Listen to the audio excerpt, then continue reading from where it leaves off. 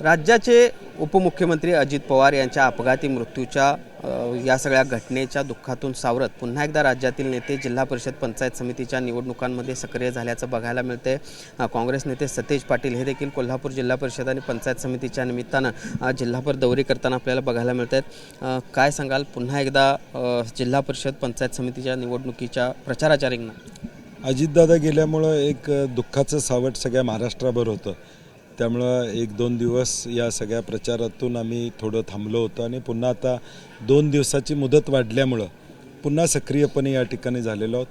जिल्ह्यामध्ये काँग्रेससाठी अत्यंत अनुकूल असं वातावरण आहे, कारण की कोल्हापूर महापालिकेमध्ये जवळजवळ 35 नगरसेवक काँग्रेस आणि शिवसेना मिळून आमचे आले आणि त्यामुळं आम्हाला खात्री आहे की या जिल्ह्यामध्ये ग्रामीण भागातले लोक काँग्रेसच्या बाजूनं मॅन्डेट देतील असा आम्हाला विश्वास आहे। आपण जर बघितलं तर महायुतीकडून देखील आता पुन्हा एकदा प्रचाराला सुरुवात झालेली आहे। पुन्हा एकदा तेच मुद्दे, लाडकी बहीण किंवा अन्य मुद्दे पुढे रेटले जाताना पाहायला मला वाटतं महायुतीनं डाळीचे भाव काय आहेत, गोडं तेलाचं भाव काय हे जरा सांगितलं तर बरं होईल। महागाई कशी वाढलेली आहे, आज सामान्य माणसाला एक सोन्याचा बारका दागिना घ्यायचा असला तरी आज सोनं किती तोळं झालेलं आहे हे आपण ते देखील त्यांनी सांगावं आणि त्याची जबाबदारी स्वीकारावी। ज्यावेळी या सगळ्या गोष्टी आम्ही केल्या म्हणतात तर ह्याची जबाबदारी त्या महायुतीच्या लोकांनी त्या ठिकाणी घ्यावी। आणि निवडणुकीच्या आधी तुमची KYC का झाली नाही? आत्ता तुमची पैशाची आर्थिक परिस्थिती नाही आहे, राज्याची पैसे देता येत नाही म्हणून KYCची आट टाकून काही लोकांचे नावं बाजूला करायची। राज्यातल्या 24 लाख महिलांना यापासून अनुदान बाजूला ठेवण्याचं षडयंत्र भाजप आणि शिवसेना रचलेलं आहे, कारण की त्यांची आर्थिक परिस्थिती कोलमडली आहे। पण एका बाजूला अशी राजकीय किंवा आर्थिक परिस्थिती राज्याची असताना दुसऱ्या बाजूला आपण महानगरपालिका निवडणुकीच्या वेळी बघितलं की अनेक मोठी आश्वासनं महायुतीकडून दिली गेली, विशेषतः मुख्यमंत्र्यांना। नाही, आता नगरपालिका, नगरपंचायत आणि राज्यातल्या महानगरपालिका ती आकडेवारी आम्ही एकत्रित केलेली आहे की किती कोटीची जाहिरात त्यांनी केली किंवा जाहीर त्यांनी केलेलं आहे। पुण्यासाठी 32,000 कोटी रुपये मुख्यमंत्री महोदयांनी जाहीर केले, म्हणजे नागपूरसाठी काही गोष्टी जाहीर केल्या, त्याची यादी काढलेली आहे। आणि आम्ही आता विरोधी पक्ष म्हणून विचारू की बाबा तुम्हाला आता लोकांनी मतदान केलेलं आहे, पुण्यात तुम्हाला सत्ता दिलेली आहे, नागपूरमध्ये तुम्हाला सत्ता दिलेली आहे, ज्या ज्या महानगरपालिकेमध्ये तुम्हाला सत्ता आलेली आहे किमान तिथं या घोषणांची अंमलबजावणी करावी। होऊ शकणार आहे का? नाही, तर खोटी आश्वासनं देऊन आता मतं मिळवलेले आहेत हे वास्तव आहे। तर या सगळ्या प्रचाराच्या निमित्तानं ग्रामीण भाग तुम्ही पिंजून काढताय, काय पद्धतीच्या प्रतिक्रिया लोकांच्या आहेत, काय वातावरण?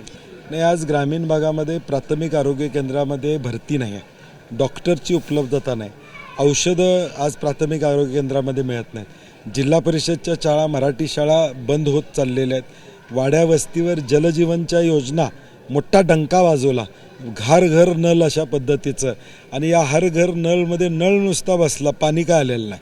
आज 18,000 कोटी रुपये या राज्यातले जलजीवन मिशनचे केंद्रानं देणं अपेक्षित आहे। 67,000 कोटीची तरतूद यावर्षीच्या बजेटमध्ये आहे, मग 18,000 कोटी मिळणार आहेत का आम्हाला? अजून 2-4 वर्ष ह्या योजना पूर्ण होतील असं वाटत नाही, आणि म्हणून ह्या फसव्या घोषणा त्याचा या ठिकाणी समाचार आम्ही घेतलेला आहे आणि लोकांच्यामध्ये या संदर्भातला आक्रोश आहे की पाणी पोचलेलं नाही, रस्त्याची दुरावस्था त्या ठिकाणी आहे, अंगणवाडीमध्ये पोषण जो मिळतो तो व्यवस्थित त्या ठिकाणी मिळत नाही, आणि म्हणून हे सगळे प्रश्न घेऊन आम्ही या निवडणुकीला सामोरं जातो। महानगरपालिकेची सत्ता थोडक्यात हुकली, एक हाती तुम्ही प्रचार सगळा केला, मात्र थोडक्यात ती सगळी सत्ता हुकली, जिल्हा परिषदेला काय?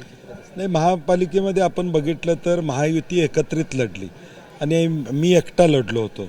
आता जिल्ह्यामध्ये महायुतीचे सगळे लोक वेगवेगळे लढत आहेत, काही ठिकाणी ते एकत्र आलेले आहेत, जिथं त्यांना आमचं कॉम्पिटिशन वाटते तिथं ते एकत्र आलेले आहेत, परंतु जिल्ह्यामध्ये सगळीकडे बऱ्यापैकी वेगवेगळे लढलेले आहेत। आणि मला वाटतं हे लोकशाहीच्या दृष्टीनं चांगलं आहे की प्रत्येक पक्षाला आपला जनाधार काय आहे हे किमान यामधून कळेल, आणि जे कार्यकर्ते इतके वर्षे ज्या त्या पक्षासाठी काम करत होते त्यांनासुद्धा लोकांच्यामध्ये जाता येईल, परंतु या सगळ्यामध्ये काँग्रेस हा 1 नंबरला पक्ष राहील।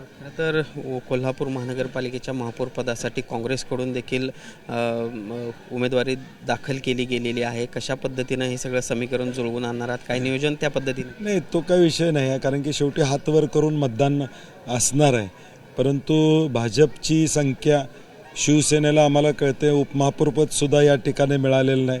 म्हणजे बुक्क्याचा मार शिवसेना आता सध्या त्या ठिकाणी खाते. आणि या सगळ्या पार्श्वभूमीवर आम्हाला काय अपेक्षा नाही की कुणी आमच्या बाजूनं मतदान करावं, परंतु लोकशाहीमध्ये सगळंच बिनविरोध करण्यात अर्थ नसतो.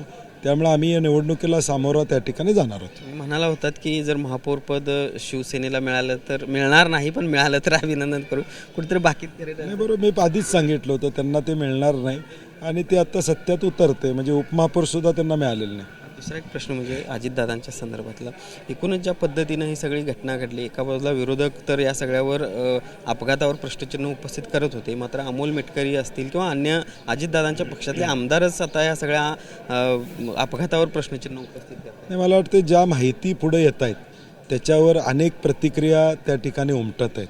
म्हणजे खासदार बोलत आहेत, आमदार बोलत आहेत, सोशल मीडियावर त्याची चर्चा चालू होते. आणि म्हणून माझी सरकारला विनंती आहे, चौकशी त्यांनी नेमलेली आहे, त्या चौकशीचा अहवाल ज्यावेळी याचा ते येऊ दे, परंतु किमान महाराष्ट्रातल्या जनतेची संभ्रमावस्था कमी होण्यासाठी ऑफिशियल स्टेटमेंट गव्हर्नमेंट ऑफ महाराष्ट्रानं करावं अशी माझी अपेक्षा आहे.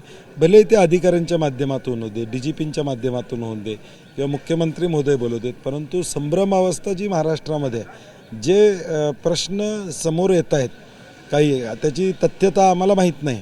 मी सुद्धा त्याची तथ्यता पळू शकत नाही की पायलट आदल्या दिवशी दुसरे होते, नेमके दुसरे आले का, अशा ज्या गोष्टी दुर्दैवानं सोशल मीडियावर या ठिकाणी येत आहेत ते सत्य आहे का नाही याचा खुलासा राज्य शासनानं करावा, कारण की राज्याचे उपमुख्यमंत्री यामध्ये गेलेले आहेत. हा ऑपरेशन लोटसचा भाग आहे का, असा एक शंका आज संजय राऊतांनी.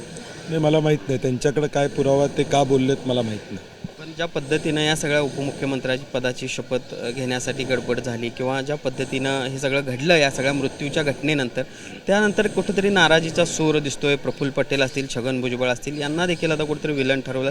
काय सांगाल त्यांच्या एकूणच या सगळ्या भूमिका? हे मला वाटतं जे स्टेटमेंट शशिकांत शिंदे, जयंत पाटील साहेबांचं आलं की विलिनीकरण 12 तारखेला जाहीर होणार होतं, मला वाटते कदाचित या धास्तीमुळं कदाचित ही घाई गडबड झाली असेल असं आम्हाला प्राथमिकता त्या ठिकाणी वाटते.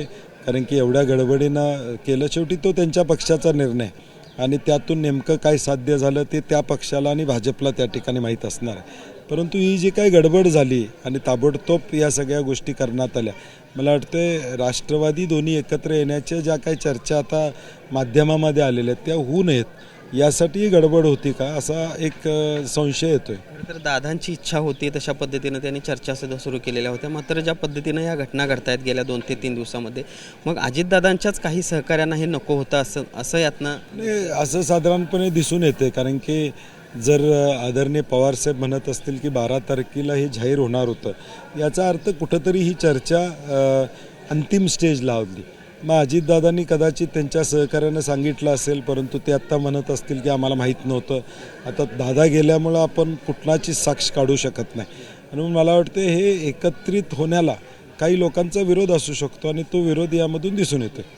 पहिला पण हे होते काँग्रेस नेते सतेज पाटील, जे या सगळ्या अजित पवार यांच्या घटनेनंतर पुन्हा एकदा जिल्हा परिषद निवडणुकांमध्ये सक्रिय झाल्याचं बघायला मिळतं. ज्या पद्धतीनं या सगळ्या अजितदादांच्या मृत्यूनंतर उपमुख्यमंत्री पदाची शपथ घेण्यासाठी जी काही घाई गडबड केली गेली, कुठेतरी दोन्ही राष्ट्रवादी एकत्र येणाऱ्या ज्या काही चर्चा सुरू होत्या त्याला पूर्णविराम मिळावा किंवा या चर्चा पुढे जाऊ नयेत यासाठीच ही सगळी गडबड केली गेली का, असा देखील सवाल या निमित्तानं सतेज पाटील यांनी उपस्थित केला. जर्नलिस्ट सुनील काटकरचं भूषण पाटील, TV9 मराठी, कोल्हापूर.